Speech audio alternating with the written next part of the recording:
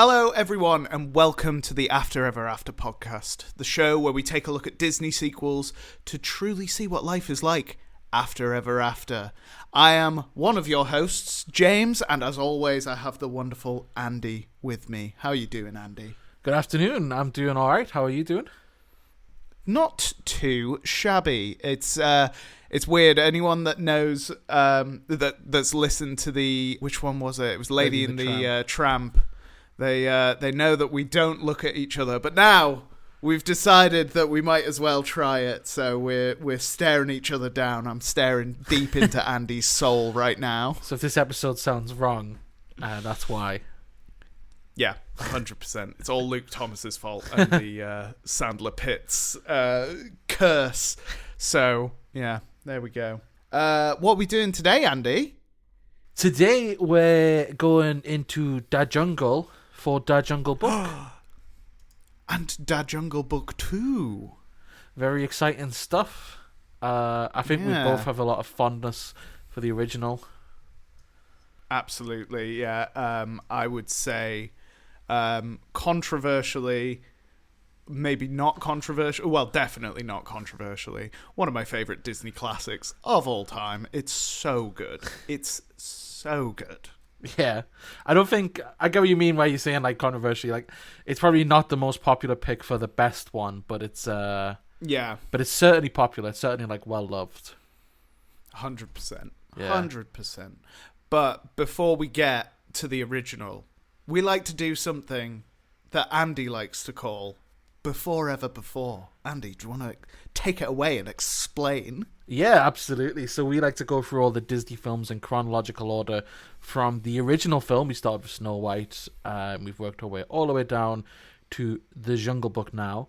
The last one we did was 101 Dalmatians. But we like to look at the films in between that didn't actually get any sort of sequels or follow-ups, just to see what kind of weird and wonderful ways they were able to continue onwards.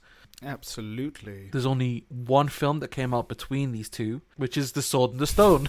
One that I don't think I've ever seen. Me neither. It's a weird one because it's one where I feel like not many people talk about it, but it's one that, like, while it never got a sequel, it's something I constantly see. If that makes sense. Like, yeah, I see Merlin in a lot of video games and stuff like that. You don't really see Arthur, but you see Merlin all the time. Yeah, it's so weird. And I think the villain, Madame I'll have to grab it up. Madame Mim, the villain. I see her a little bit. She's kind of like she's a witch kind of villain, and she transforms into a few different things. So you've probably seen, maybe not her as herself, but you've probably seen some Madame Mim creatures that she turns into. What the fuck? She looks like the Cheshire Cat. Yes, yeah. So you may have seen some of her. She turns into stuff. TikTok Croc. Although to be fair, I don't think she's as popular. I tried to get into the Disney card game Lorcana a couple of years ago, and I ended up just getting some of the cards, and I've never played it yet. I mean to. I just haven't. And there's loads of like Madame Mim cards and stuff, so I'm probably just thinking of that. Right. Is that basically Magic the Gathering, but for Disney? Yeah. Right. Okay. Which is weird because Disney's now in Magic the Gathering as well, technically speaking, isn't it? With Spider-Man. I was going to say, Magic the Gathering's gone mental recently. I found out they've got Fallout ones, and I'm like, yeah, let's go. Yeah. They've got Fallout, they've got the Spider-Man stuff. They're probably expanding that universe as well. So give me. Oh my God, they've got Final Fantasy. Oh, that makes sense. They could totally do Kingdom Final Hearts. Fantasy. They could do Kingdom Hearts 100%. Why haven't they done that? Wizards of the Coast, listen to me. Do that. It will sell so hard. It might be. Apparently, it could be Disney putting a block on it if they do want to sell Lorcana. They might think like, that's true. We don't want to put Marvel in this yet, but you can't have Mickey or whatever. Yeah, maybe it's like, does Disney straight own all of Marvel? It does, doesn't it? Yeah, like including the comics and stuff. Disney own everything Marvel. The only thing that they don't have control of is Spider-Man in movies. That's it. So why did they give him the pass to be magicked? That's so weird. We're so off topic, but I'm just genuinely, this is quite fascinating. I assume that they don't intend on putting Star Wars or Marvel in it, maybe? That's the only thing I can think of. Like, they're happy keeping it separate. So interesting. Yeah. But maybe one day. I swear, because I'm pretty sure someone was saying that the Final Fantasy ones absolutely, like, smashed it out. So I can imagine that people who are into Kingdom Hearts and stuff would lap up Kingdom Hearts Magic the Gathering. I have no doubts. And speaking of Kingdom Hearts, to get us back on track, apparently Merlin is a big part of that as well, and the Madam Mim villain. But other than that, like, and other than the House of Mouses and your Kingdom Hearts, and I tried that Dreamlight Valley game recently, and Merlin's like the first Disney character you meet in that. Oh, cool. Which is quite fun, actually. You just end up doing like little tasks for Wally, and I love it. Like, he has little chores for me to do, and I'm like, Aww. Don't worry, buddy, I got it. I got you, little man. You pat him on the head. But yeah, how is Dreamlight Valley? Is it good? I liked it. It's like it's basically just Animal Crossing, but with Disney characters. But my problem with Animal Crossing is as soon as the rats stopped giving me missions, I got confused because I'm an idiot with games. So Disney seems like it has infinite missions, which is good. I need to buy it because I was actually That's nice. I was house sitting for one of our listeners, actually, Kate and Tom, and they had a copy, so I just played this. Lovely. Oh, that's very nice. Yeah, I feel like I might enjoy it as well, but it's been a while since I've done like an Animal Crossing kind of game. I didn't even play the new one during COVID or anything. Oh, so that's the only one I've played. Maybe I'll love it. Yeah. Madam Mim was being adopted into the Donald Duck universe in comic books, so she's now like also classified as a Donald Duck villain in the comics. Donald Duck has villains. Does now. What's happening? But yeah, what's going on? Not much to say with this one. It's a weird one where not many people talk about it, but elements of it like have lived on for like 50 plus years. So strange. Yeah. But yeah, cool. Good to know. Now our train's saying bye. We're chugging away. Bye, Arthur. See you later, Sword and the Stone, idiot. Merlin, come along for the ride. I'd like to go back and watch Arthur it at some point, but today's not that day. No, it's not. We do Disney sequels, not Disney regulars. Yeah, get fucked. Come back when you've made a shit slot straight to DVD. It's just the first film again. The sword's back in the stone. Anyway, so we've left Sword and the Stone behind, and we pull up to our destination, a jungle. And what's that on the floor? It's a book. It's the manual. So before we jump into the sequel, we always like to have a look at the original, lay some groundwork on what we thought of that. So the original was like 1967, I believe. Yeah. So what are your thoughts on the original Jungle Book? I adore the original Jungle Book. Yeah. I think this film is fantastic.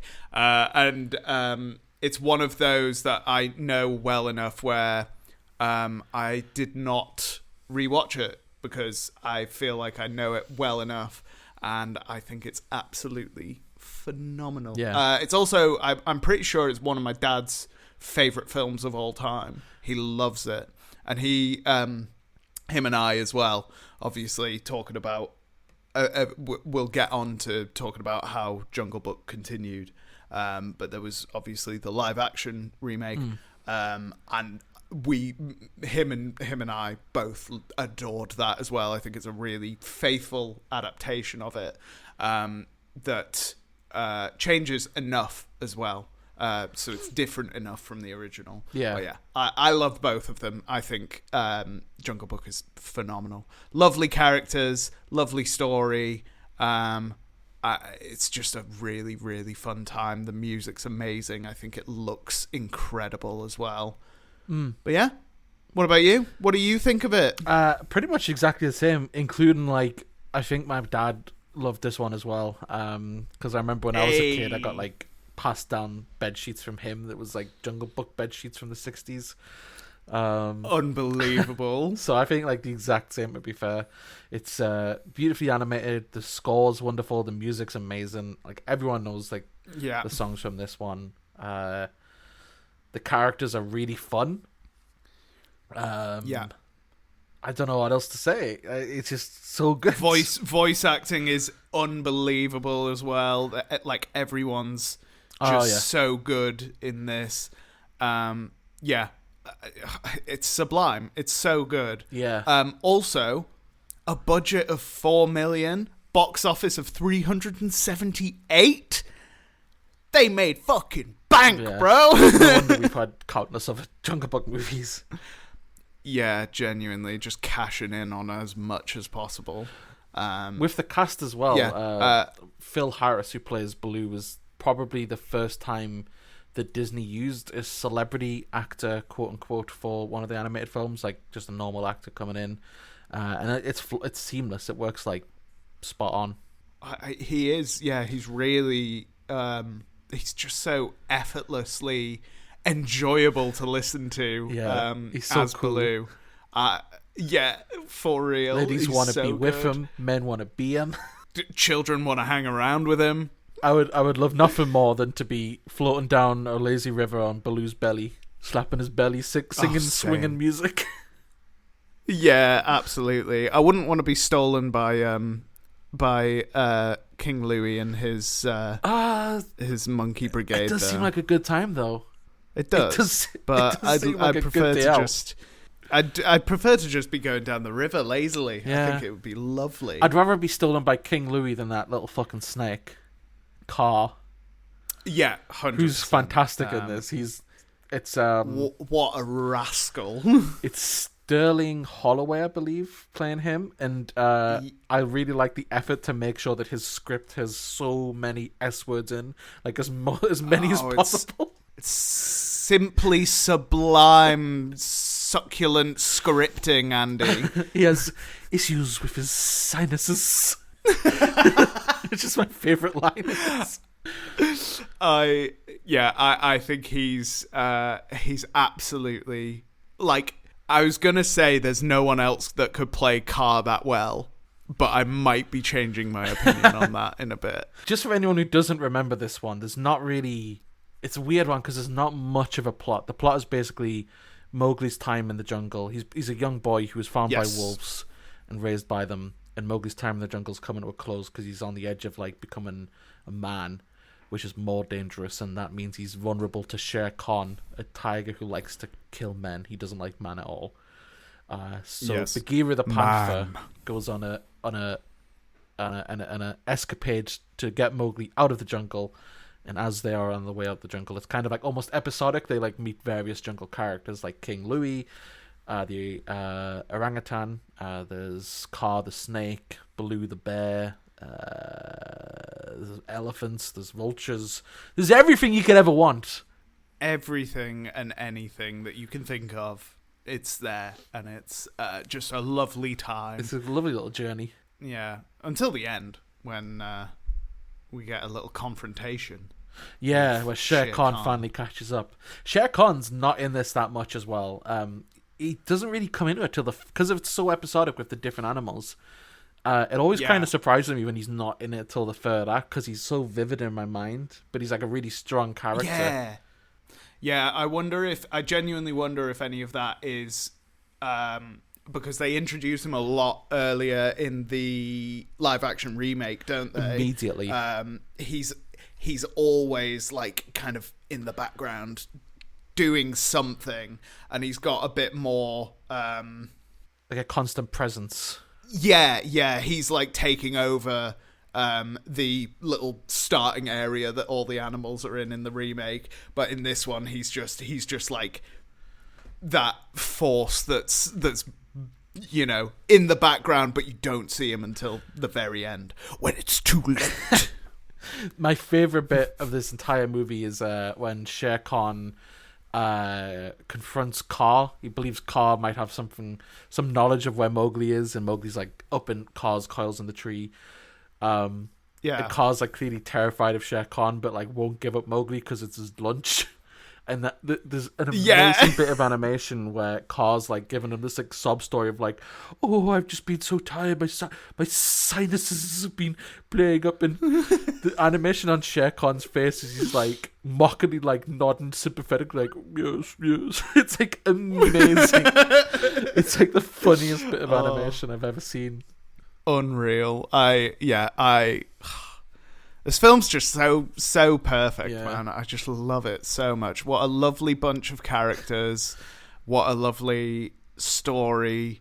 And like you say, it is so simple and it is episodic. Yeah. But it kind of blends together so well as well. Yeah. Like nothing overstays its welcome. It's just lovely. Yeah. And I think I think the episodic thing kind of like really makes the pacing just feel like insanely fast. Like this film's like over before you even, for me anyway, like it goes so quick, like because each segment is just such a little well-paced bit, and then it's like on to the next. It's like always moving. Yeah, I think the last time I watched it, the only thing that kind of dragged for me was the King Louie bit a little bit, because there's like a couple of scenes where like Baloo's dancing away like in that, but it just felt like it was just holding a little bit too long on Baloo, just kind of not improving, but like scatting, riffing kind of thing, just like scabba-dabba-doo-da-dee-dee-dee. And it doesn't move away from it quickly enough for me. But I don't care. It's fun to watch, and I really like it. But if I'm remembering rightly, that's the only part that kind of dragged for me the last time I watched it. Other than that, what a fucking picture, man. So good. I like that. I think that bit's paced well for me. I think my only complaint is like I'm mixed on the ending, where Mowgli eventually leaves. He spends the entire film fighting to stay in the jungle, and he sees a human, and it's there's a bit of a, I don't know. I think it's very sweet that he sees a human and he's completely enchanted. And like he realizes like maybe it's good to be with your own pack, but then at the same time it feels like it goes, I don't know, like it makes the film feel a little bit, I don't know.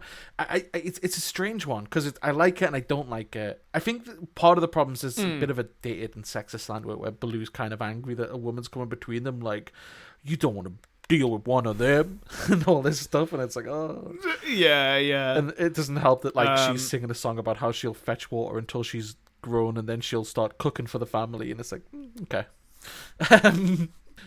This is all I'm made for. And I don't think I'm the only one that finds that ending a bit weird, because the live action one completely changes it and ditches that, and he stays in the jungle. Yeah, it's so much better. It's so good. What a good ending for that. I think it works so much better. Yeah. And then, like, sure, you can explore him going into the, like, if they ever did a sequel to the live action one, explore him going into the man village and like interacting with them, but you're not committed to that. You can just stay in the jungle if you want to, and then have man be some kind of presence that comes into the jungle and is starting to expand into the jungle. You know, like I think there's a lot they could do with that ending, but yeah, I agree. I think it's a weird ending for the OG. Yeah, I mean, it's weird because, like, as a metaphor, it makes sense. Like, it's him growing, and like this is him accept. Like, you have to leave like the childhood behind, and this is like life now. But it just doesn't. It doesn't click as well. And like we're saying, like the live action one, I think it works better for me as well. Agreed. Yeah. But yeah, it's not something where I hate the ending. It's just mixed. Yeah. Totally agree. You got any more to say about the OG? Yeah, I think something that you'll have forgotten about it, because I always forget about it, is there's a bit where after the fight with Shere Khan, Baloo is seemingly dead, and Bagheera gives a really heartwarming eulogy for him, and it's like one of those, like, it's such a cliche bit, but it's like Baloo's actually alive, and he's like listening in, they're playing like the organ music. It's just very sweet and fun. I did forget about that. That was really fun. Bagheera has like a great reaction I love Bagheera when he finds out that he's alive. Like, why you con artist?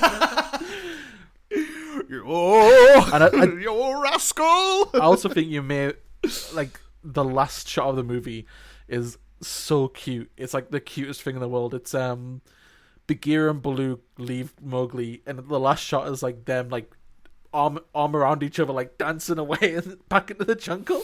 Oh, just like so cute. Oh, that's very sweet. Yeah, but what a lovely film. I do have some production notes and trivia if you'd like to hear a bit about the making of this one. Hit me the hell up, man. That's sick. This one is Disney sort of back in the reins. More than he was recently. Diane Disney Miller commented that her dad was like more focused on TV and Disneyland and live action stuff at this point. But after Sword in the Stone didn't hit that well, he decided to get a bit more hands on with this. And ironically, he was like, he rubbed his hands together. He went, "Let me cook." Yeah. And fucking blasted out one of the best Disney classics ever. And ironically, it's the last one he worked on because he died during the production of this. So this is the last. No way. Yeah, this is the last one with his fingers in the pie. Oh shit! I genuinely didn't know that. Oh, that's did you crazy. not? Yeah. No. So I think Robin Hood must be very soon after this, and in the Robin Hood, there's a lot of reused animations. Like the bear that plays Little John is like the same design as Baloo. Yes, some of the same dancing. I do remember stuff. that. And I think a lot of it was just the transition of like Disney's deaf and dealing with that, and like just taking a couple shortcuts to get that delivered.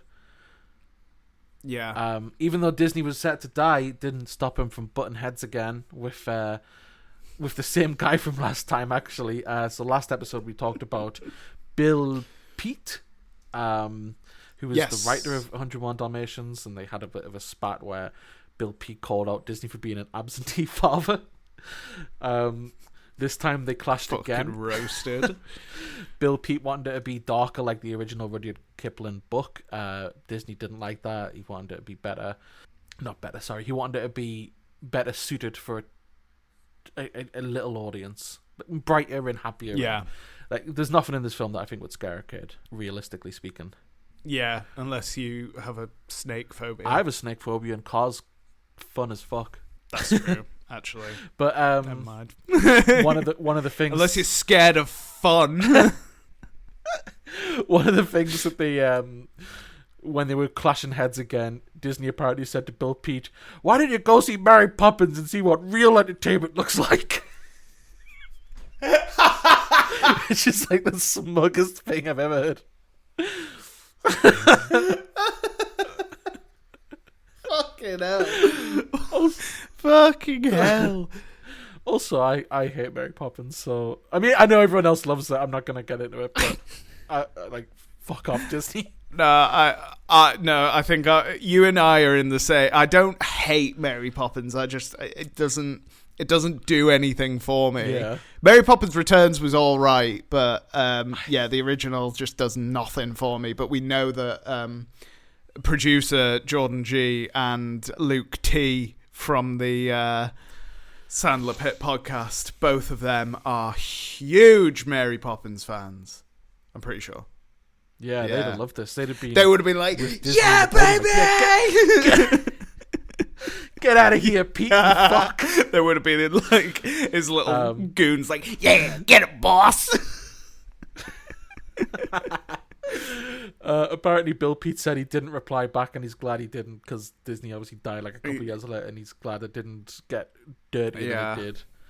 But this film led to Bill Peet leaving Disney, which is more significant than I thought it was originally, because he only really took a creative role around this era, but he was actually apparently there since Snow White, just slowly building up in how much he was doing. So it's one of the OGs leaving because Disney kept fucking clashing heads with him. I've just seen this actually. Justin Marks wrote the screenplay for the live action one, and he said that if they were going to do a sequel, they would have taken more elements from Bill Pete's original screenplay. Nice. But I don't think we're ever going to get that sequel now because it's 10 years old. Wham, wham. God, the remake is 10 years old. That's crazy. God. Yeah, and Jon Favreau seems very planted in Star Wars right now. So, that's mental. Some other stuff on this one. This is a little fun story. I thought it was cute that you would enjoy. Richard Sherman, the songwriter, who did a cracking job, was originally trying to court Louis Prima to play King Louis. So he's showing Louis Prima, I want to be like you with his band. Yeah. And he said that Louis Prima said, are you trying to make a monkey out of me? And Sherman said, no, you're the ape. These guys are the monkey. Such a silly little story. That's really fun. I like that. And speaking of King Louis, we actually mentioned earlier, they originally considered Louis Armstrong for the role, but according to Richard Sherman, this was discarded because the writer pointed out that it is going to be controversial if you have a black man playing an ape. It's going to be politically terrible, is what he said. Yeah. And he said that was the last thing on our minds. But like, it is a most racially insensitive time, but I do kind of probably believe that is the case. Like, he has a very simple explanation for why he came to this character, which is just monkey swing music is fun. And it's like, okay. Yeah, it's it's an interesting one. I don't think it's as like we've gone through a lot of racist characters. We've gone through the Indians and Peter Pan. Awful. The Siamese cats. Awful. And King Louis, I may be giving this film more leeway because I love it, but King Louis feels more of an accident than anything. Like, I don't think it's intended to be a stereotype. No, or anything like I do genuinely believe that. Yeah, not at all. I totally agree with you. It doesn't feel like it's making fun or stereotyping or anything. He's just a lovable little guy that loves swing music. It is what it is. And the only other note I've got for this one is that this is a weirdly petty one. According to Elsie Kipling Bainbridge, which is Rudyard Kipling's daughter, the first syllable of Mowgli is supposed to rhyme with cow, not go, so it should be Mowgli. And then it says she reportedly never forgave Disney for the gaffe, which is a very I'll never forgive you for this, Disney, you son of a bitch. The Beatles were actually meant to be in this as the Vultures. I thought that's what they were supposed to be. Yeah. And they still kind of resemble the Beatles, but John Lennon vetoed it at the last minute. What a prick. I know, that's why he was shot in the street like a dog, I think.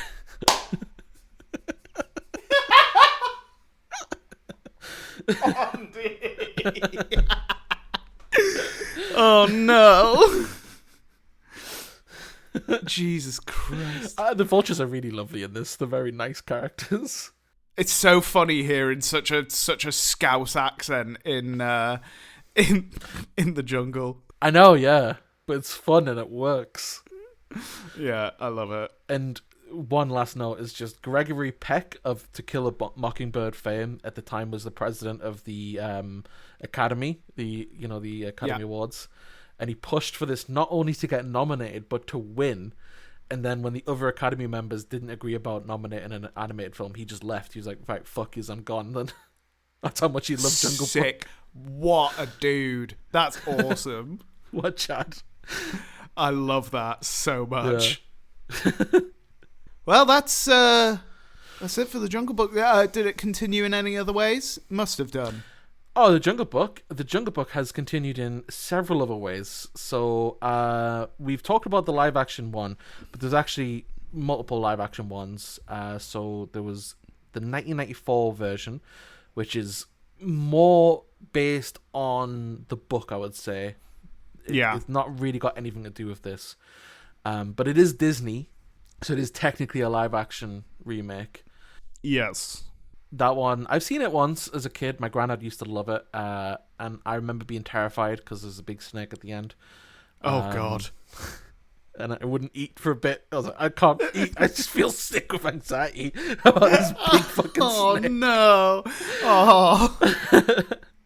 And then there was a direct-to-video sequel/prequel that came out just after it called The Jungle Book Mowgli Story, which is 1998. Yep. Not much to say about that one. I haven't seen this one. Eartha Kitt's in it, which is fun. She plays Bagheera. That's great. Oh, Back playing another great. cat after Catwoman. Yeah. And then you've also obviously got Jungle Book 2016, which we both love. Hell yeah. Jon Favreau with Bill Murray, Ben Kingsley, Idris Elba, Scarlett Johansson, Giancarlo Esposito, and Christopher Walken. Absolutely banging cast on that one. Yeah, arguably the live action remake that has potentially put us in this cursed state of getting them all the time, because it was really well received and it made a banging amount of bank. It made like almost $1 billion. $1 billion. But it's not that film's fault that the rest suck. Yeah, it's true. Well, apart from you said Cinderella was pretty alright. Yeah, I like Cinderella. That came before this, I think. Yeah. Jungle Book's also had 2 TV shows. One's just called Jungle Cubs, and it's pretty much exactly what you think it's going to be. It's like Jungle Book babies. Yeah. Cute, fun, whatever. One of them is quite a famous TV show, but it's a really weird one. It's Tailspin, which has nothing to do with Jungle Book other than the fact that it's the characters from Jungle Book. And it is really weird. Baloo is in it as a pilot, and he pilots a plane. Bagheera is in it. I don't think he's a pilot, but he's in there somewhere. Shere Khan is like a villainous business owner. I don't know if any other characters appear, but those 3 are 100% in it, and like Baloo is the main character. What the fuck are you talking about? Tailspin, this isn't a real thing. Tailspin's real. What do you mean? Tailspin was so it's a Disney animated TV show from the 90s. It's really popular in America. I don't think it really took off as well here. But it is literally like the Jungle Book characters. It's not canon, obviously, because they fly planes and stuff. But it's Baloo, it's Shere Khan. I'm sure Bagheera's in there. I've just looked up, and King Louie's apparently in there. And it is literally just a show about Baloo flying planes and stuff. What the fuck? Yeah, it's got video games and everything. What? This is crazy.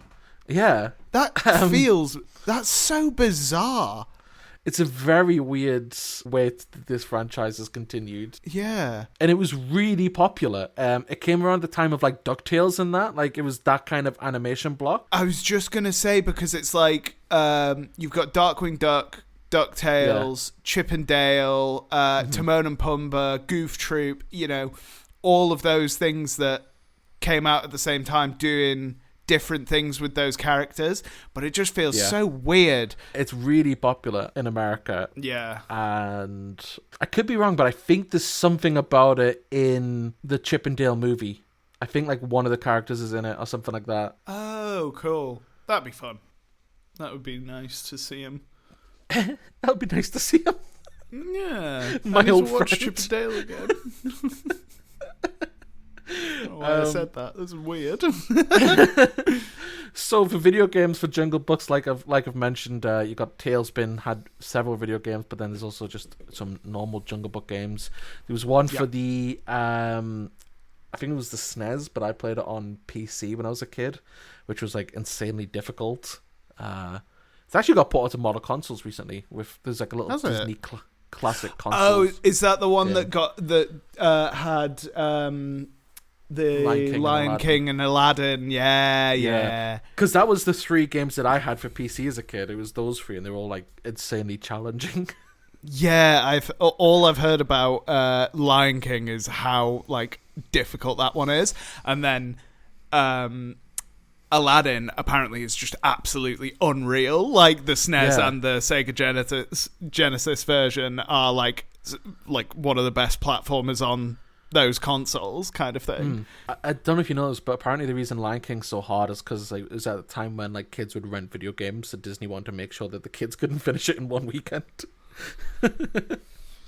Greedy corporations. You gotta come back if you want to beat Scar. There was also a, believe it or not, a dance mat game called Jungle Book Groove Party for the PS2. Sick. I'm looking this up right now. And then obviously Jungle Book has continued in all of the classic ways. It's got your Disneylands and your Disney Infinities and your Disney Mirrorverses and all of this shit. I'm sure it's probably in that Disney... what was it talking about before? God, what is it called again? Fucking Animal Kingdom with Disney. It's probably in that somewhere. Animal Crossing Disney Dreamlight Valley. Yes, it's probably in that, yes. I don't know yet, but it probably is there somewhere. How else did it continue?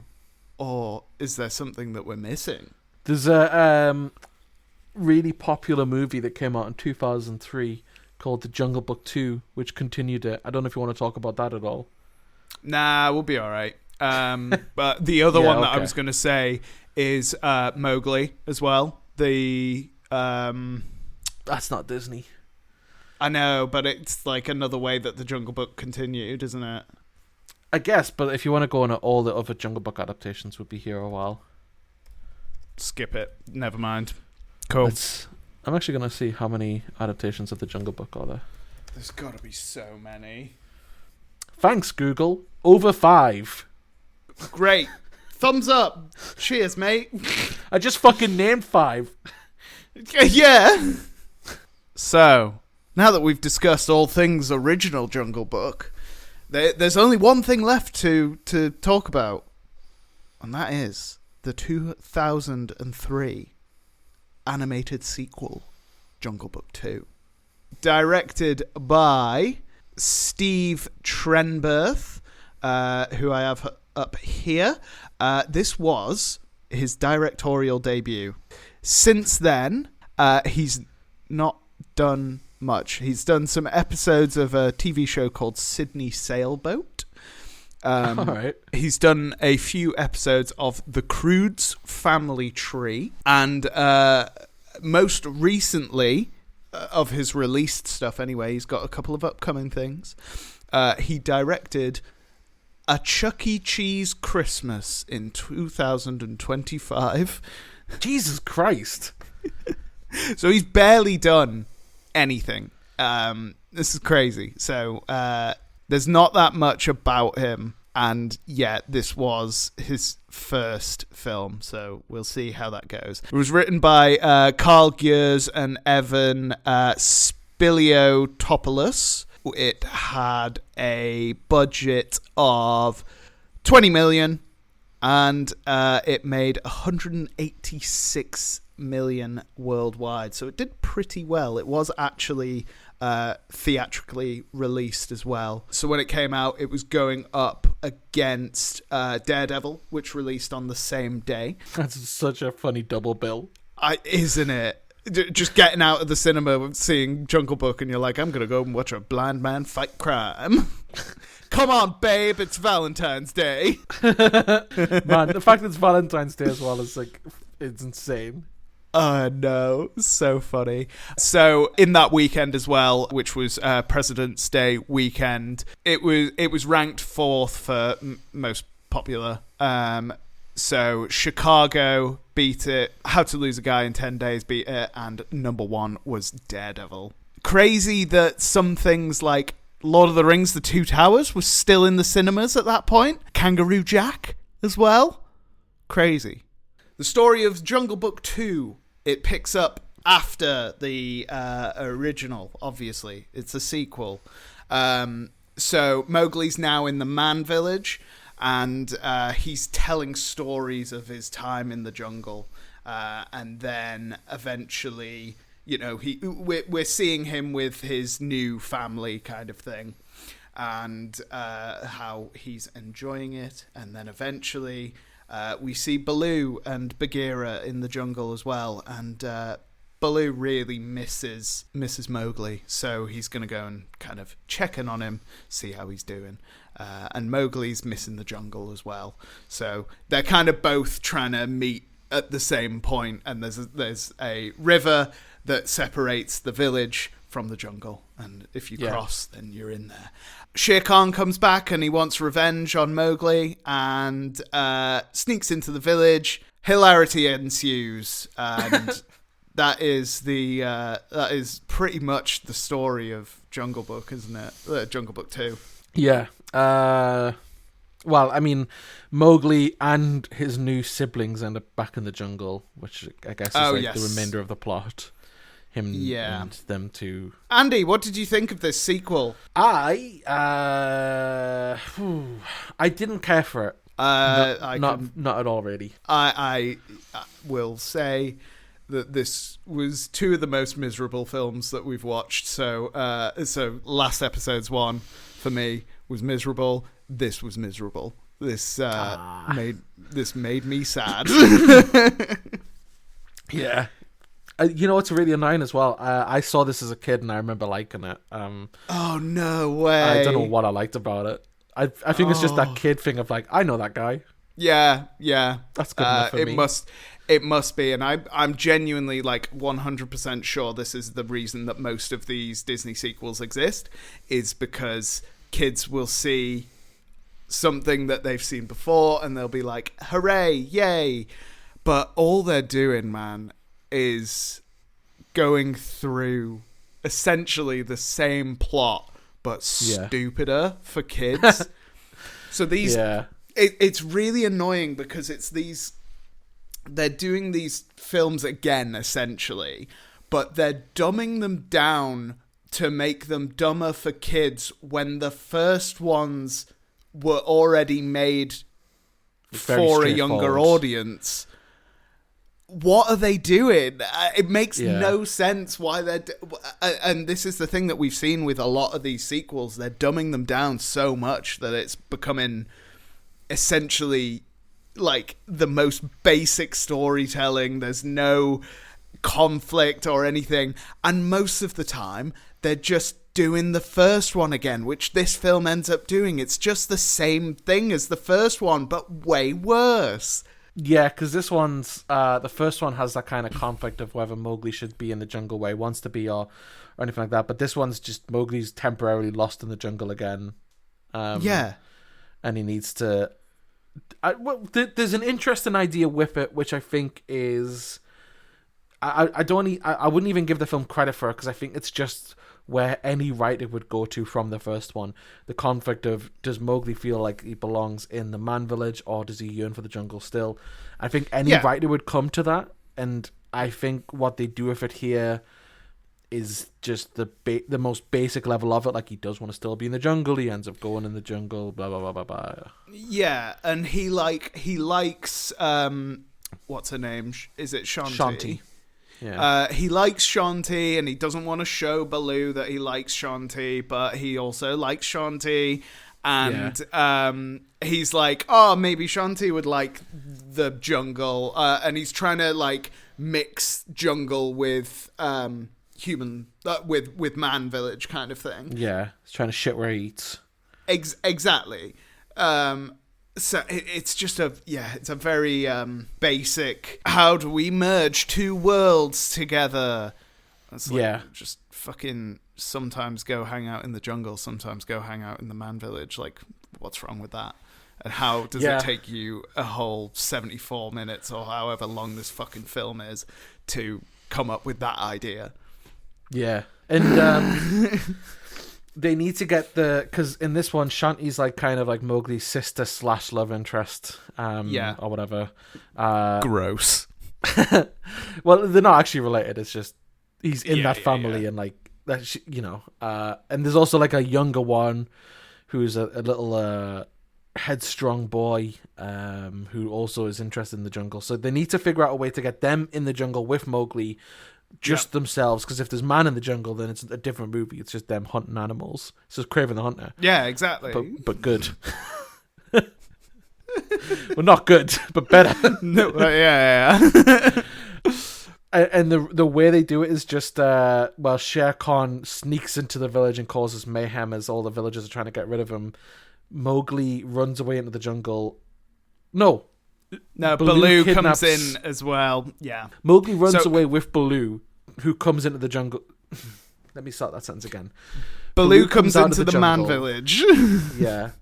At the same time that Shere Khan happens to also be going at the man village. That's it. Shanti sees Baloo running off with Mowgli over his shoulder, and she thinks the bear's kidnapping him. Even though Mowgli has told stories about this fucking bear, and like I wrote it down, I was like, surely he's talked about Baloo before. Yeah, he at the very sings fucking about start. the jungle and everything. Exactly. He sings about the jungle. He does a little presentation of like, oh yeah, I hung out with Baloo and all of that. What are you talking about? You know this bear. Why are you being like, it's a wild animal? You know that Mowgli had a connection with the fucking animals. Yeah. And even if you didn't, there's no reason for Shanti to not go to a father and be like, a bear's just kidnapped Mowgli and get his help. They kind of like put this weird thing in where she feels like she has to go by herself to save Mowgli because no one will help her, but there's no conflict that would even be the case. There's no... Yeah. There's never a single second that would put you doubt in the mind that the dad would help. He's just a very loving father. And he's very... He admonishes Mowgli. He admonishes Mowgli at one point, but he's not like an asshole. He's not like, fuck you, Mowgli, and fuck the jungle. If you go near that again, I'll burn it down. The only reason that he like gets annoyed is because they see across the river as really dangerous, which kind of is, you know? Yeah. It's a jungle. Of course it's dangerous. So as soon as they go across the river, they meet the big python with hypnotizing powers. So he's got a point. He really does have a point, yeah. There's an interesting idea with Shere Khan when the film starts where his... in the first film, if you mentioned him, the animals are all like, oh, Shere Khan's after him. Okay, shit, that's bad juju. But in this one, there's an interesting idea where it's like Shere Khan's like... his riz has been destroyed and no one respects him anymore. He's like the laughingstock of the jungle at the minute because he got fooled, not even by a man, by a child.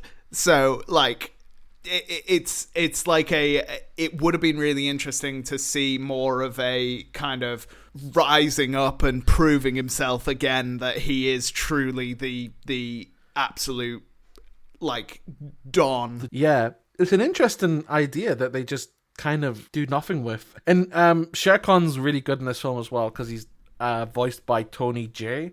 So it's not the original voice actor, George Sanders. It's Tony Jay who is actually played Frollo in The Hunchback of Notre Dame. So he's got some Disney credits to him. And he's great. Like, yeah. Every time we watch one of these sequels, it feels like some of the characters are cast well, some of them aren't, but the villains are always cast so well compared to the original voice actor. I don't get how they do it. Genuinely, they do such a good job of like either replicating or adding on to the legacy of that character. Another one that we were talking about before was Car, and yes. So originally, as we said, voiced by Sterling Holloway, and then Winnie the Pooh comes in, takes over. My goodness, what a great casting choice. Well, it makes sense because Sterling Holloway is the original Winnie the Pooh as well. Exactly. Jim Cummins took it over, so it makes sense to do the exact same with Car because it is pretty much the same voice. It's spot on. It's so good. Yeah. They didn't do as many S's in this one, though. No, but again, they have like really fun scenes of Shere Khan and Car on screen together again. Yeah. I actually really like there's a bit where the little kid beats the shit out of Car and then he kicks him off a cliff and then he starts charging. I was like, you're not getting off that easy. And it's just I really like that. It was just silly. It's, you know, he hypnotized. We get the same, like I say, that's a lot of this is the same beats as the first one. You get the car scene where he nearly eats Shanti because he hypnotizes her. Then he eats a rock. And then you get the Shere Khan and car scene, and it's just like, it's just insane because they do it to the point where they even do the King Louis scene. However, legally in this movie they can't use King Louis, so it's a very strange decision to keep referencing this character and then not have him in the movie. Yeah, they just like Baloo's like, hell yeah, I took over this place, and like, okay, yeah. He sings a really bad song there, and oh, it sucks. This is such a shit version of I Want to Be Like You. Yeah, let's just say it. It's the music I thought when that first song came on, I was like, this could be something. It's close to like the at least it's the vibe of the Jungle Book kind of thing. That one's like about like listening to the jungle beat or something like that. Yeah, and it's all right. And then they go through a couple of they like do Bare Necessities, but like a newer version. But worse. It's fine. It's way worse. Talking about prickly pears and pickled peppers and whatever. And then they go on to the Wild song, which is the shit version of I Want to Be Like You. Yeah. And it's just all the original songs are just so much worse. And even when they do like an updated version of one of the original songs, sucks, man. Sucks. Yeah. I don't know. It's weird to make these decisions that kind of draws more attention to the fact that you're not as good as the original. Exactly. And like the cast isn't even bad. Like we've already glazed a couple of them, but like John Goodman as Baloo just isn't it for me. It feels wrong. He's not like, I get it, but if you're gonna put someone in from Big Lebowski, put Jeff Bridges in. You know what I mean? He's way more. Man. How good would that be? Because he's so as the dude, he's so chill, and like all of that. John Goodman. Don't get me wrong. He's phenomenal. He's such a good actor. He's such a good voice actor. But he doesn't fit for Baloo. But someone like Jeff Bridges, that would be amazing. That's such a good shout. That's an amazing shout. It would be perfect. He has that cool kind of older vibe that would just be a little bit more like chilled and laid back kind of thing. Yeah, I think they missed an opportunity there. Also, I said this before to you before we started recording. For a film set in India, this is a very white cast. It is, yeah. It's an incredibly white cast, and right. So for like, I guess for the animals, whatever, they're animals. They don't necessarily have a like. Yes, they are Indian animals, but sure, a snake can sound like that. Sure, a bear. Yeah, can it's sound kind of like that. It works in the live action as well, doesn't it? Like Scarlett Johansson's a snake, and she's as far from Indian as you can possibly be. But it works because it's an animal, not a person. Exactly. But then the people, there's a couple of them that are just plain old white people. Yeah. Kind of doing like a bit of an Indian accent, and it is not like a little great. Just a little, yeah. There's one. I think there's one Indian person, and it's the mother of Shanti. I thought it would be the mother, and that's it. I'm pretty sure that's it. It's crazy. For a film set in India to have one Indian person in it it blows my mind, genuinely. It's John Rhys Davies of Gimli fame as the father. Yeah. Once again playing a racially inappropriate character after Raiders of the Lost Ark. But he's great in it. Like, no disrespect to him. He does a good job. Like, he's one of the better performances in the movie. He's very lovely. He's a very, like, good dad in it, isn't he? Yeah. And it's... Oh, how do you pronounce this kid's name? Haley Joel Osment, is it? Yeah, Haley Joel Osment, the Sixth Sense kid. Yeah, the Sixth Sense kid. Wild! I had no idea. I see talking snakes.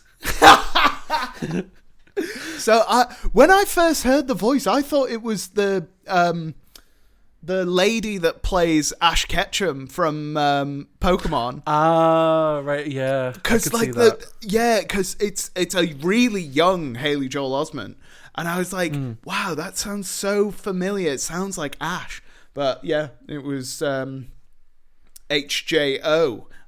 Who's great. He's really good, but yeah, no disrespect to him or Mai Whitman, who's Shanti.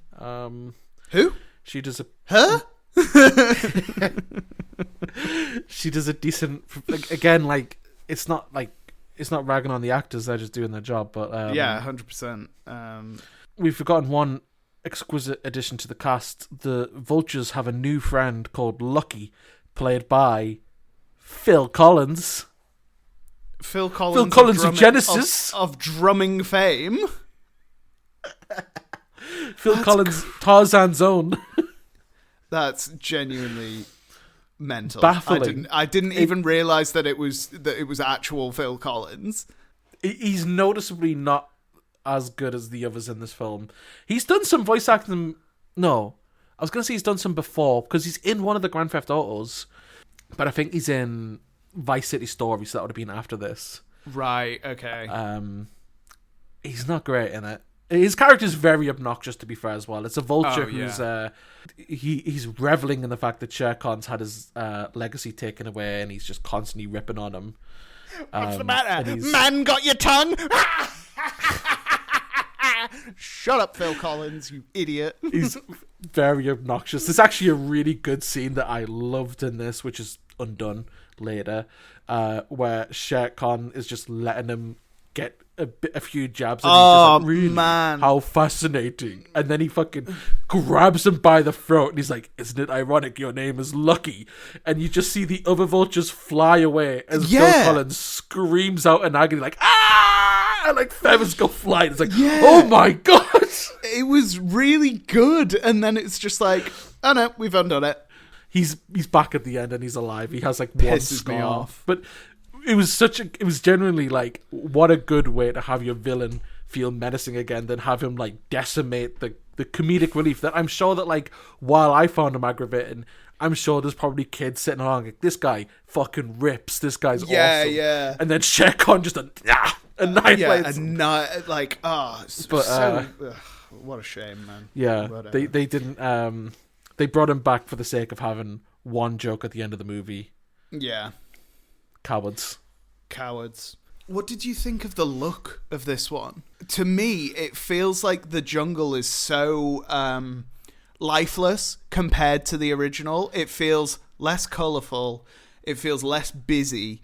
I don't know. There was something about it that just made me feel like, ugh, this doesn't look good.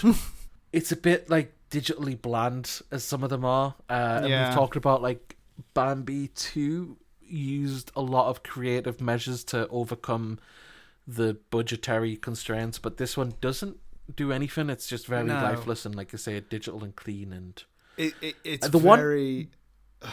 The one note I'll give it is that the shadowing on Shere Khan is usually done really well. I read somewhere that they wanted to keep him obscured in darkness to kind of show his fallen grace or whatever, which is... That's kind of cool. Good, I like that idea, yeah. But other than that, yeah, it's a bit bland looking. Yeah, it's not the best. I just there's something lost again in the source. And there's a couple of parts where you've got like the part in the Wild song where you've got some 3D animation mixed with 2D. Looks fucking terrible, man. It's like they gave up on the 2D animation as they were doing it. So you got like this swinging camera in 3D. And they animate the 2D animals and stuff. And it's just, it looks fucking shocking. It's awful. And like, they've done this before. They've done it with Fantasia 2000. They have 3D and 2D, and it looks fucking great. They've got it in other films, I'm sure. I can't remember which ones. Tarzan was before this. Yeah. So they've done this stuff before, and it looked great. Yeah. It just seemed like they just didn't care. Yeah. like all respect to the constraints that you've got off the budget, but this is a theatrical released one, so you have to put more fucking effort in if you want people to go to the cinema to watch this on the weekend that Daredevil's out as well. Exactly. You want me to not go see Colin Farrell rub his little forehead and go a bullseye, and you want me to go see this instead? You got to put some fucking work in. Yeah. I mean, dude, to be fair, 20 million. That's a lot of money. It's a fucking shitload of money. Like, come on. I wouldn't be surprised if a big 5 of that is in John Goodman's back pocket. Oh, 100%. Like, so much of that just went straight into John Goodman. All of it went to, like, Haley Joel Osment's parents and John Goodman's pocket as well. Yeah. Crazy. Who's clearly just been cast because someone at Disney was like, "Oh, we've had a big bear in a film recently, haven't we? Sully, that's close enough." Oh, what was his name? Fuck it. I did like. I don't know who plays Bagheera in this, but I liked him. I thought he was not He's all right. spot on to the first one, but he manages to get the tone pretty well. There's a really fun bit where Bagheera sees. Basically, Baloo has the little kid on his shoulder, the brother. Oh, yeah. And Bagheera sees him, like, running through the jungle with this little kid. And he's like, "No, not another one!" Yeah, his face literally drops. He's like, "Oh." That was fun. Yeah, I enjoyed that. But yeah, dude, this is just it's just the first one again, but crap. Yeah. Like, They do a bit of a more intense climax with the Shere Khan chase. What did you think of the ending? do you know what? I kind of enjoyed the hitting the cymbals to try and confuse him kind of thing, and it was all right, but it kind of felt pointless because it's like they're all pulling him in different directions. What's the end goal there? Yeah, like they have like a little chase which is quite intense and like well done, but then they get to like that little bit where there's just gongs around and they just the each hit a temple gong at a different bit, and it's like I don't think Shere Khan would be getting confused by you hitting a gong, and it goes on for like because the thing is, good minute. He knows that Mowgli's there. He knows that Thingy's there as well. He knows that all Shaggy three of and them are Baloo. there. Yeah. So, like, why would he be getting Choose confused? Choose one and eat them. Yeah. Easy. Like, oh man, it's so stupid. I think his defeat in this one is also like just so basic. Like the first one has that kind of almost metaphor of like Mowgli's finally using man's power against him. Yeah. And kind of accepting who he is. Whereas this one's just like a rock fell on him. It's like, okay. He falls into lava. And then doesn't fall into lava. In the middle of the Indian jungle, there's a river of lava. He falls on a rock there, and another rock traps him on the rock forever. It seems like. Yeah, because then Jungle Book 3 got axed. Yeah, and then Lucky comes back, seemingly out of Shere Khan's stomach. Maybe that's where he was. Maybe that's how he comes back. When Shere Khan falls, he lands on his back and just goes, "Pah!" Lucky comes out. He is Lucky. But yeah, so then Phil Collins just roasts Shere Khan for eternity, I guess. A fate worse than death, to be fair. Yeah. Also, how long until that little platform just sinks into the lava and Shere Khan just burns? Yeah, I mean, in real life, I don't think you can be that close to lava without just incinerating. Cooking. Yeah, that mouth. So basically, like a part of the temple has like a lion's face carved out of stone, and that kind of a tiger, and it falls on Shere Khan and traps him. That would essentially just become an oven. Cooked cat, baby. Do you know the brazen bull? Oh shit! Yeah. It's like a big metal bull that someone invented, where you'd like put someone in and then heat it up to kill them in the most torturous way possible. And then the sounds go through a tube, so it sounds like a boar. But this time it's just him burning, and he's just like roaring. Roar! There's a really, this sounds so silly because like it's such a nothing thing, but there's a really good bit where Shere Khan leaps at Mowgli right before he gets quote unquote defeated by slipping, which isn't really whatever. He does the leap, and then Tony J does that little like, he goes like Mowgli, but it's like, I think it's the first time in this entire quote unquote franchise that he's ever said his name, which I kind of like he's because he's always like respect on his name. He's always like man cub, but so I kind of like that. But and then he's dead. Well, he's alive. He's dead inside. Stupid film, man. And then the movie ends with, as you said earlier, Mowgli finally realizes that he can just walk over the river and go see the animals that he likes whenever he wants, and that's how the film ends. Yeah. And it's the same. It's the end of the first one again. It's the end of the first one, but with the thing that anyone else could have figured out, where it's like, you can just go visit your friends. You can pop over the side and just go say hello. They're in walking distance. Fucking hell. Yeah. Oh, before we finish, Smash Mouth did a cover of fucking, what was it? Bare Necessities. Yeah. Or was it I Want to Be Like You? Can't remember. One of the two, because that's the only two songs they care about. The elephants are in this one, which is nice to see, but they didn't get the little song.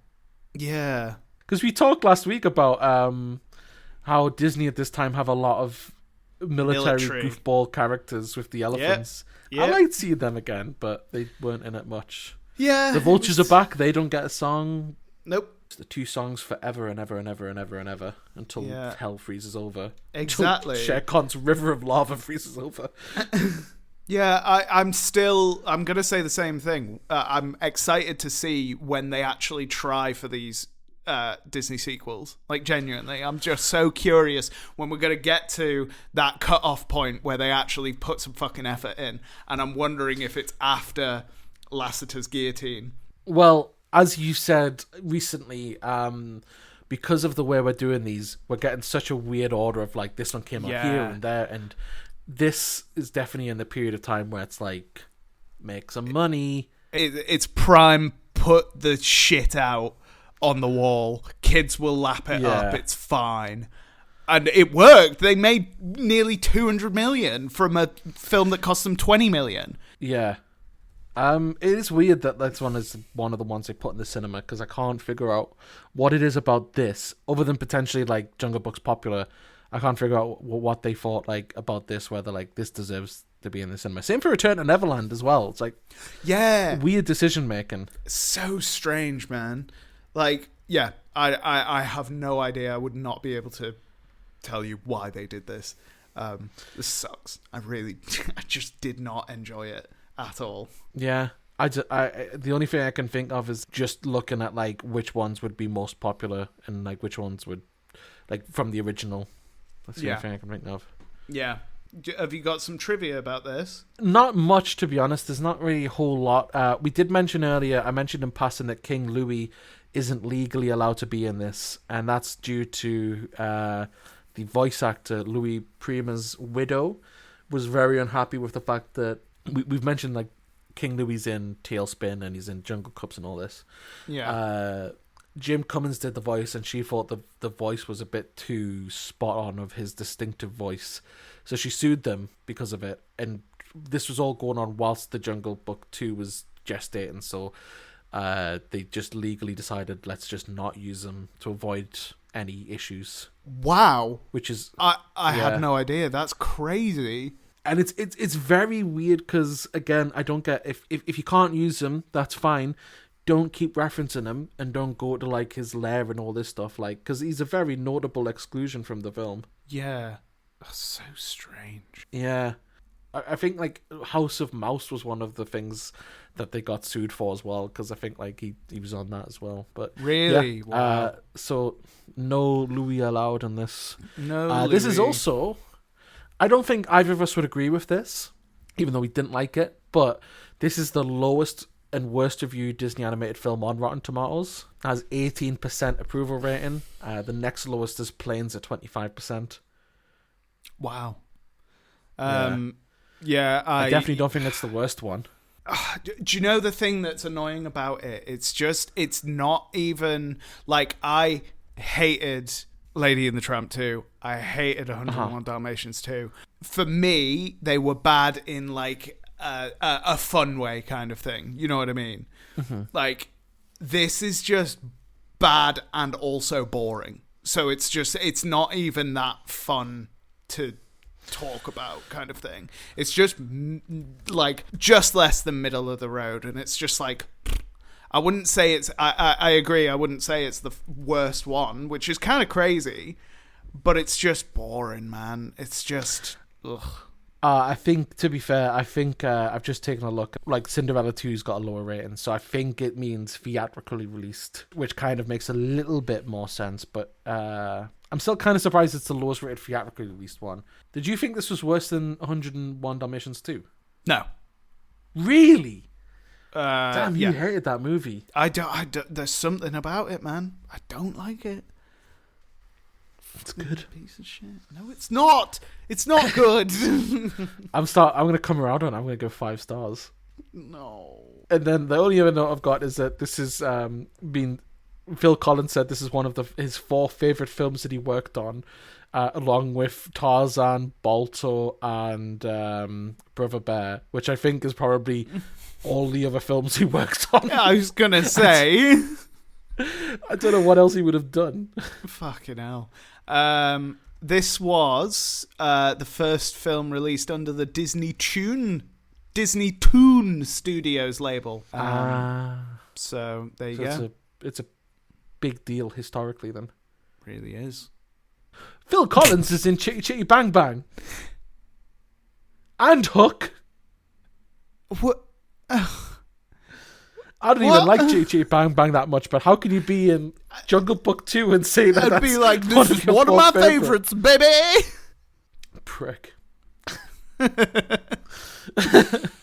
He's also, fun story, apparently he's the reason that Grand Theft Auto Vice City Stories doesn't have any re-releases. Apparently he's the reason. Oh, for fuck's sake. What a prick. What a prick that guy is. Because he won't license it, yeah. What a knob. Anyway, because the others you can get on like PS3, you can get them on like you can get them as an app and stuff like that. But not this one. Not Vice City Stories. How dare you? How dare you even think that you would get that? You need to be approved by Phil Collins. Fuck's sake! What a loser. So how else did Jungle Book carry on after this bad boy? Well, we've talked about all the other ways that it's continued, but the only other thing is that it was meant to originally get a third one, probably because this one was fairly well regarded. No, sorry, probably because this one was fairly popular at the box office. So the sequel would have been Baloo and Shere Khan get captured and sold to a circus. So Mowgli, Shanti, the little kid in this one, which is like Raja or something, Bagheera would have saved them. Weirdly, I don't understand this, but weirdly, apparently during the movie, Shere Khan would regret his hatred against humanity because they rescue him. But it's like, yeah, okay, that one kid rescued you, but you have just been kidnapped and put in the You've circus, been kidnapped and put into the Russian circus. Like, what are you talking about? That would make me more angry. Yeah, if anything, like it would prove me right. You might be like this. All right, this one kid is all right, but the rest of them still Mowgli, suck. You're okay, but the rest of you, I'm gonna kill all of humanity. Yeah, 100%. Yeah. And then the fourth one would be Shere Khan gets the nukes. He gets the codes. But it got cancelled in the great culling of Disney sequels with John Lasseter's Guillotine. The guillotine never misses. You know what? It's different. You can't say it's the idea. You can't say it's not different. Yeah, it's not. I think it would have been way better. It could have been. Do you know what this could have been? It could have been The Jungle Book's Cinderella 3. It could have been, yeah. I like the idea. I think it's way more interesting than this shit. Yeah, definitely. I don't know if I care about like Reform and Shere Khan or whatever, but it's certainly different, and that's something that you can't say about 98% of these movies. Yeah, which are just regurgitated the first one. And And 98% of this movie, which is just regurgitated as the first one. Yeah. Oh, God. It's a shame. Tony Jade also passed away at this point. Wikipedia would have you believe that his death is the reason that this didn't go ahead, but it's not the case. I think they had already lined up a replacement.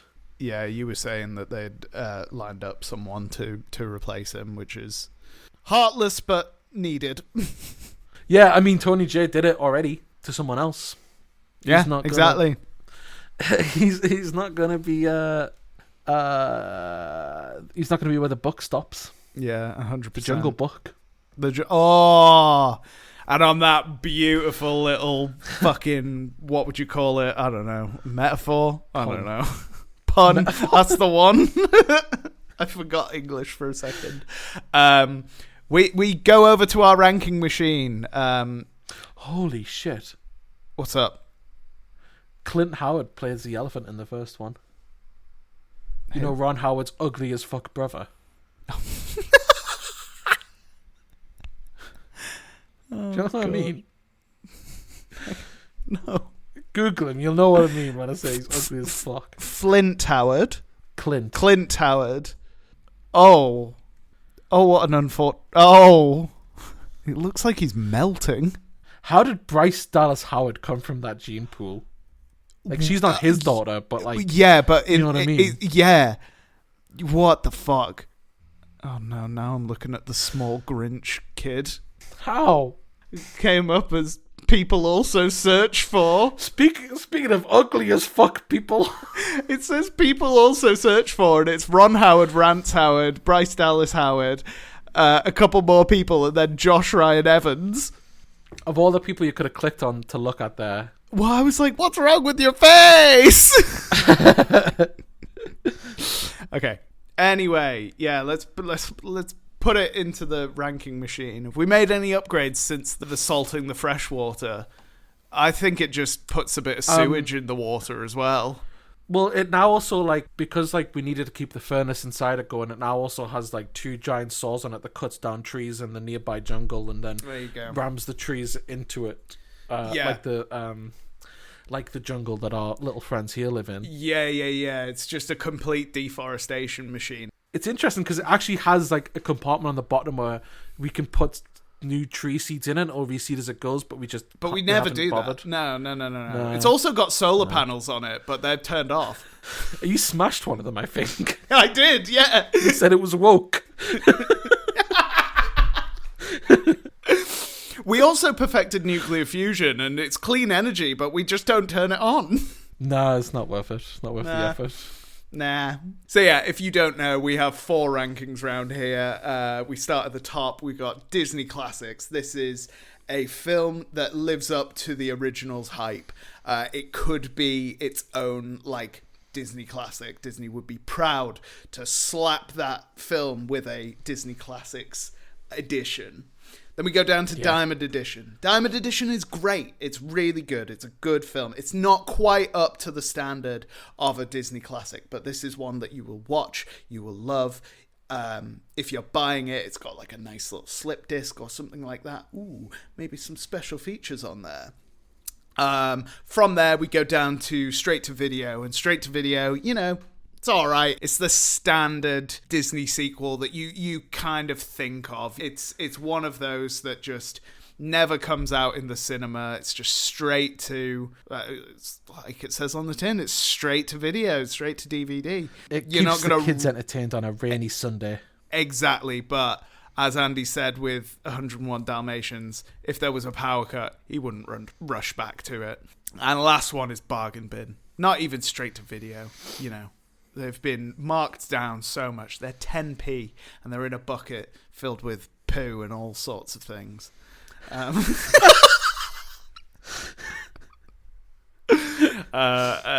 this is where you're finding Return to Neverland, Lady and the Tramp 2, and Cinderella 2. No one wants to be found in there. So, Andy, what are you thinking with Jungle Book 2? Where are you putting it? It's tricky. I would be lying if I said I didn't have any fun with this at all. So looking at those bargain bin films like Lady and the Tramp 2 and Cinderella 2, which I just hated so much, this one was less offensive than that, but it had nothing much to offer other than like a few good scenes and a good performance from Tony J. And Jim Cummins' car, to be fair. Yeah. I think this one for me is going to be... Oh, it's so much worse than all the other ones we've put in the straight to DVD, though. But it's so much better than all the ones we put into bargain bin, in my opinion. I'm going to say straight to DVD. I'm going to be generous and say straight to DVD, based on the fact that I had some fun with it. Some of the characters were like... None of the characters I hated, by the way. We talk about like Lady and the Tramp 2. Scamp was atrocious as a character, but Mowgli's fun in this still. Baloo's miscast, but he's okay. Shanty's fine. I think for me, straight to DVD. It's not amazing. It's not even really good, but I didn't want to die while I was watching it. Fair enough. Yeah.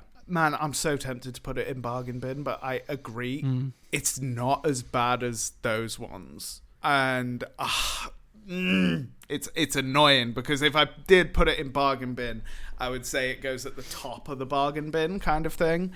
Like, yeah. I wouldn't mind that at all. So I'm going to agree with you, and I'm going to say straight to video, but I'm going to say it's bottom of it. Yeah, I'll say it's bottom of straight to video, even though that pains me to put 101 Dalmatians 2 above it. At least with 101 Dalmatians 2, even if you didn't like it, at least you have the comfort of knowing that someone liked it enough. I liked it is such a generous term as well, but like, yeah, I liked it more than this. I think we put it at the bottom of straight to video, so it's like teetering. If you can picture a bargain bin right there, and then it's like on the edge. It's on the teetering shelf. It's literally like on the edge, about to go into the bargain bin. I think that's exactly where we put it. It's like when you order like a thing in a vending machine and it doesn't come out fully. It's just like almost. Yeah, there could be another film that comes along and pushes it in.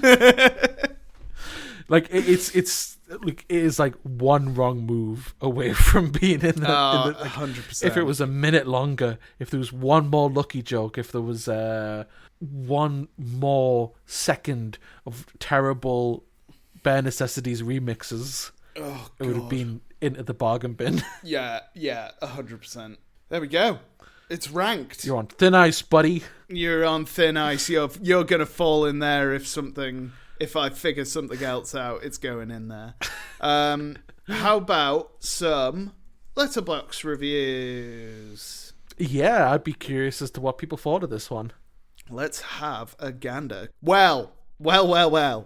This has 8 fans, which is a whole lot less. So only 8 people on the entirety of Letterboxd have this in their favourites.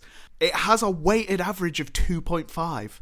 Which is higher than I thought. Crazy high. However, the most reviews that it has are 2 stars. So it's 8,459 2-star ratings. It has 1,106 5-star ratings, which is 3% of the people that have watched this. Fucking hell. Who are you? And how can we get you off Earth? As always, Shafralas comes in number 1 as the first review on there. Why is he watching these? I don't know. 2.5 stars. And he says, wow, that sure was the first movie again. Really? I agreed. We've got 0.5 star from Anya Bow, who says, avoid this mess at all costs. The guy lived with wolves and other wild animals. He just suddenly lives as a normal human in a village? I think not. Which... we forgot to say. Good point. We forgot to say the wolves aren't even in this. Oh yeah, they're not. That's crazy. Why are they not in it at all? That's his family, man. He doesn't want to go see his parents. The hell? What a dickhead. What the hell? Anya also says, I regret wasting 72 minutes of my life for this. I just don't get why Disney always feels the need to release sequels to the movie that sure don't need any. 2.5 stars from Ray. Smash Mouth cover of I Want to Be Like You. That's all they have to say. 1.5 stars by Ketchup. Ranjan is an absolute menace to society. Is that the little kid? That is the little kid. I liked him. Yeah, he was alright. He was fine. Oh my god, this is such a fucking wild take. 2.5 stars from Wild Willow. The most surprising thing about this movie is that it's better than the first one. Whoa! What is her problem? In the bin. In the letterboxed bin, I think. It would be one thing if she really liked this one and thought it was better than the first one, but to not like this one and then, you've wound me up. Crazy. Well, I'll leave you on this one. 2 stars by Mark Kaiserman, and he says, I was willing to accept this cash grab sequel for what it is, an exact rehash of the first one. With one new song and one absolutely terrible one. But then Shanti and Baloo started talking to each other, which destroyed the uniqueness of Mowgli speaking to animals because he was raised in the jungle. Which is what I thought. I forgot to say that before. That's a good point. Yeah, I didn't even think about that. Yeah, which is... it would also... Because that... I mean, the film could have been simply solved and most of this conflict wouldn't have been necessary if Baloo just went, hey, it's me, Baloo, when Shanti sees a wild animal in the forest that's tickling and having fun with Mowgli kind of thing. I think that's about it, isn't it? Yeah. What a disappointing film. What a disappointing film, yeah. But I like that universe, so it was still fun to talk about Jungle Book. Agreed. I really enjoyed talking about the first one with you. Yes. Yeah. Oh dear. But yeah, that's that. What are we doing next time? Do you not remember? Nope. Well, now I'll tell you. We are watching... Sorry. We're watching the first Disney sequel next time. So we're going to be watching The Rescuers Down Under. Oh, cool. Interesting. What's your history with The Rescuers? Nada. I haven't seen any of it. Same. No idea. So I'm curious. Me too. I know, one of our loyal listeners, Josh, is a real big fan of The Rescuers. Okay. He says the second one is even better. Whoa, bold claim. So bold claim for something I think they're meant to be good as well. I don't. It's not a straight to DVD one. It's a proper theatrical Disney classic release. So yeah, high hopes that it's going to be more interesting than this at least. Cool. Okay. Well, that's fun. I'm looking forward to that. Right? Should we say some thank yous? Oh, yeah. Yes. So firstly, as always, thank you to Joe Tyrone for our wonderful music. We love it so much. Yes, we do. And thank you to Jordan G, our producer, who helped create the concept of the thing and helped design our artwork and blah, blah, blah, blah, blah. Lots of love. Thank you to Andy for sorting out all the edits. You're a star. You're welcome. I would say thank you to you, but you told me not to last week. So. Yeah, don't thank me. I still haven't done any more socials, but I've got some ideas. So when I've got a little bit more time, I'll be sorting those out. Thank you for everyone for listening. We love you lots. I keep seeing a couple more people following us on Instagram, which is very nice to see. So hopefully things are growing over there. Thank you so much. If anyone's still listening, we love you lots. If you have any feedback for it, anything you want to see us do, if you want to see us hitting that Jungle Book groove party on the dance mat, hell yeah, hit us up.